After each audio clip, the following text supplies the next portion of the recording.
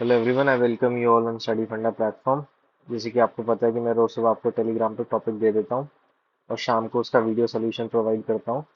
तो आज का हमारा टॉपिक था एससीओ समिट इन गोवा। पर उस टॉपिक को स्टार्ट करने से पहले आपको बता दूं कि जो जो पूछ रहे थे कि एवेल्युएशन कैसे कराएं सर, तो स्टडी फंडा की ये टेस्ट सीरीज निकली है पेपर 2 के लिए, जिसमें आपको 10 टेस्ट मिलेंगे और 10 टेस्ट का आपको एवेल्युएशन और फीडबैक मिलेगा। और इसकी फीस है 3999। इस व्हाट्सएप नंबर पे आप कांटेक्ट कर सकते हैं और या फिर आप डायरेक्टली स्टडी फंडा के एप्लीकेशन पे जाइए, वहां से आपको सारी डिटेल मिल जाएगी। स्ट्रेस सीरीज को ज्वाइन कर सकते हैं। 15 मई से चालू हो रही है, तो मेरे ख्याल से आज ही लास्ट डेट है।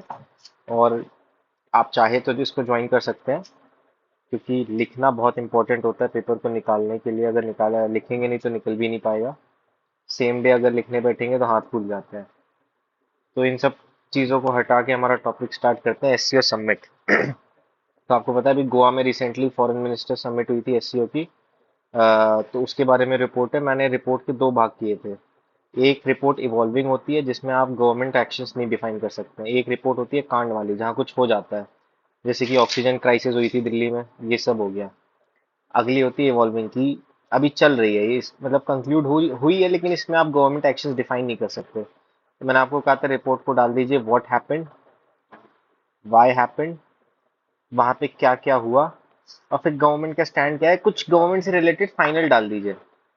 तो रिपोर्ट का फॉर्मेट सबसे ज्यादा जरूरी होता है, इसको ध्यान रखिए। तो एक टाइटल दे दिया, XYZ, डेट दे दी, गोवा दे दिया, जो उस रिपोर्ट से रिलेटेड जगह है। तो अब हम बताएंगे कि व्हाट हैपेंड, हुआ क्या। दरअसल आपको पता है विदेश मंत्रियों की मीटिंग हुई थी। एससीओ, जो एससीओ की विदेश मंत्रियों की मीटिंग हुई थी गोवा में। और वही मैंने यहाँ पे लिख दिया। और जो एससीओ का लीडर समिट होने वाला है दिल्ली में, उसके लिए मीटिंग स्टेज सेट करेगी। जो एससी रिसेंटली एससीओ समिट हुई थी गोवा में, वो एक प्रेसिडेंट क्या बोलते हैं, एक फॉलोइंग है, जो कि लीडर समिट के लिए, जो कि दिल्ली में होने वाली है, जिसमें प्राइम मिनिस्टर लेवल पे या टॉप लीडरशिप लेवल पे मीटिंग्स होंगी, जिसमें नरेंद्र मोदी, हमारे जी जिनपिंग, अलग अलग जगह से उनके प्राइमर आएंगे और मिलेंगे, जो कि दिल्ली में होल्ड समिट होने वाली है।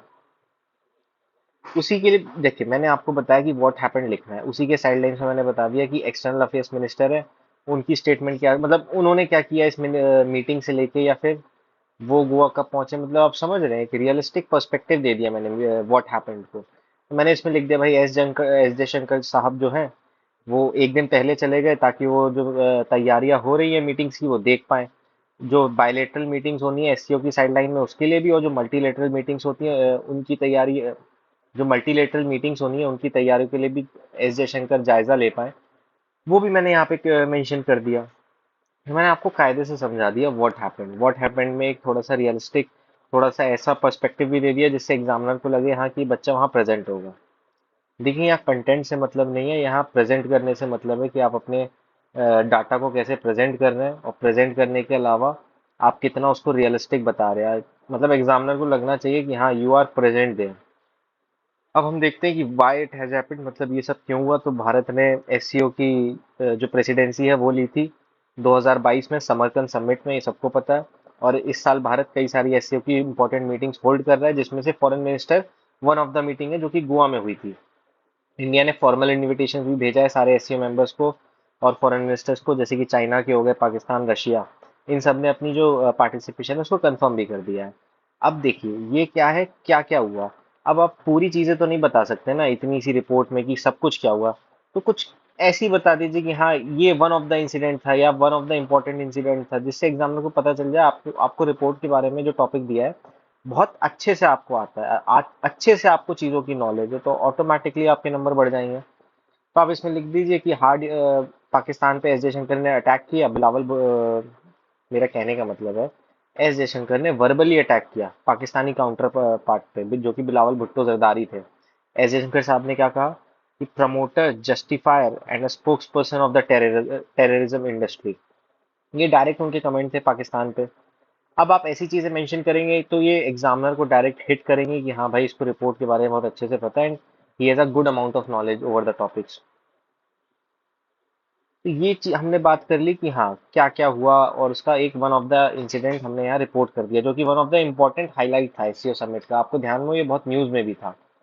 ये बात हो गई। अब हम आ जाते हैं कि जो थीम था, जो भारत का थीम था एससीओ चेयरमैनशिप का, वो था सिक्योर एससीओ। और भारत बहुत ही ज्यादा इंपॉर्टेंस अटैच करता है एससीओ के साथ। क्यों?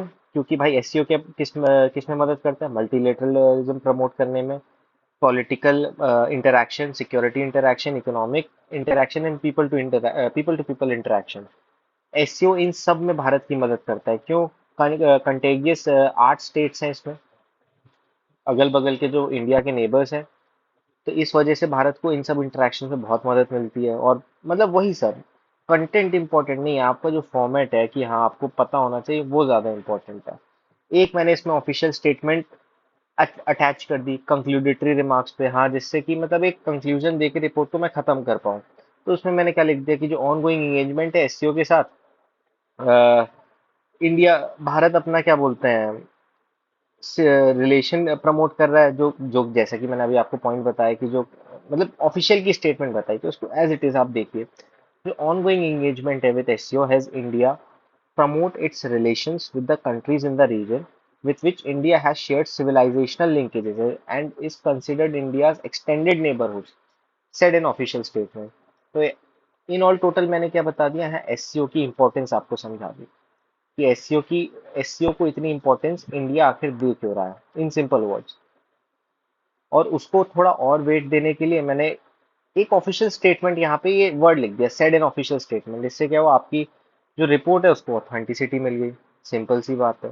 तो बस यही हमको इससे कंक्लूड करना है कि भाई जो ऑनगोइंग एससीओ समिट है उसके थ्रू भारत अपना रीजनल इंटीग्रेशन पे फोकस कर रहा है। और जिसको भारत अपना एक्सटेंडेड नेबरहुड मानता है उसके साथ भी भारत इंटरेक्ट कर रहा है, कई सारी कंट्रीज हैं। तो ये सारी चीजें हो गई। इससे हम क्या करेंगे, अपनी रिपोर्ट को कंक्लूड कर देंगे। तो मैंने आपको रिपोर्ट के फ्रेमवर्क पे ध्यान दिया, मैंने कभी रिपोर्ट के कंटेंट पे ध्यान नहीं दिया, ये बात ध्यान रखिए। कंटेंट आपको मैं यहाँ पे बेस्ट नॉच देता हूँ, मतलब अलग अलग जगह से ला के यहाँ पे उसको अरेंज करके प्रॉपर आपको मैं कंटेंट देता हूँ, उसमें कभी मैंने कोई कॉम्प्रोमाइज नहीं किया। लेकिन ध्यान रखिए, कंटेंट का कोई फायदा नहीं है अगर आपके दिमाग में फ्रेमवर्क नहीं है, क्योंकि ह्यूमनली पॉसिबल नहीं है इतना सब याद रखना, इतना सब मेमोराइज करना। आप बस आइडिया ले लीजिए, हाँ एससीओ समिट के कुछ ये हाइलाइट्स थे, अपने दिमाग में फ्रेमवर्क रखिए। व्हाट हैपेंड, व्हाई हैपेंड, क्या क्या हुआ, गवर्नमेंट से रिलेटेड कुछ लिख दीजिए, ऑफिशियल स्टैंड लिख दीजिए, इंपॉर्टेंस लिख दीजिए पास्ट टेंस में, खत्म। ये फ्रेमवर्क आपके दिमाग में, आप आसानी से रिपोर्ट लिख लेगा, मतलब आपको रिपोर्ट में कोई दिक्कत नहीं आएगी। तो ये हो गई हमारी आज की रिपोर्ट एससीओ समिट। इसी के साथ आई थिंक आज के लिए इतना काफ़ी है। तो I thank you all, thank you very much, and I will meet you tomorrow. कल भी आपको टेलीग्राम पे टॉपिक मिल जाएगा, जिनको नहीं पता है क्या बात हो रही है, टेलीग्राम पे जाइए, स्टडी फंडा सर्च करिए, वहां से आपको टॉपिक मिल जाएगा।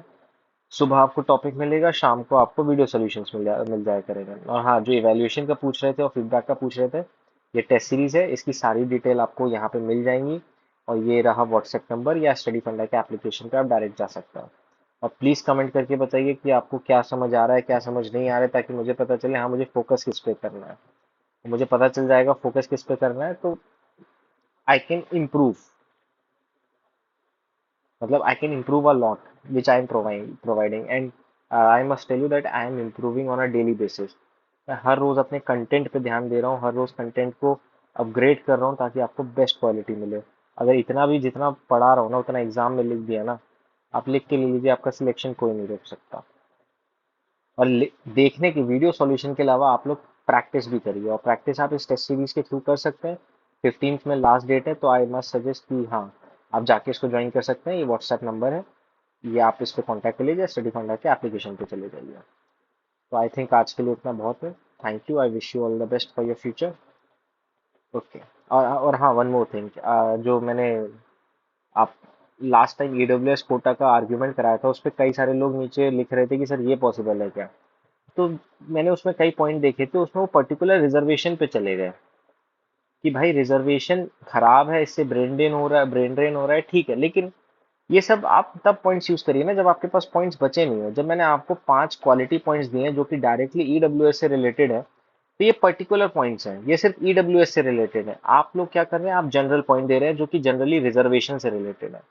ये सब पॉइंट्स आप तब दीजिए जब आपके पास पॉइंट्स ना बचे हों। यहाँ पे मैंने ऑलरेडी आपको 5 पॉइंट्स दे रखे हैं, तो जनरलिस्टिक जाने का कोई मतलब ही नहीं है, यहाँ इतने अच्छे नंबर नहीं मिलेंगे। ठीक है, आज के लिए थैंक यू, बाय बाय।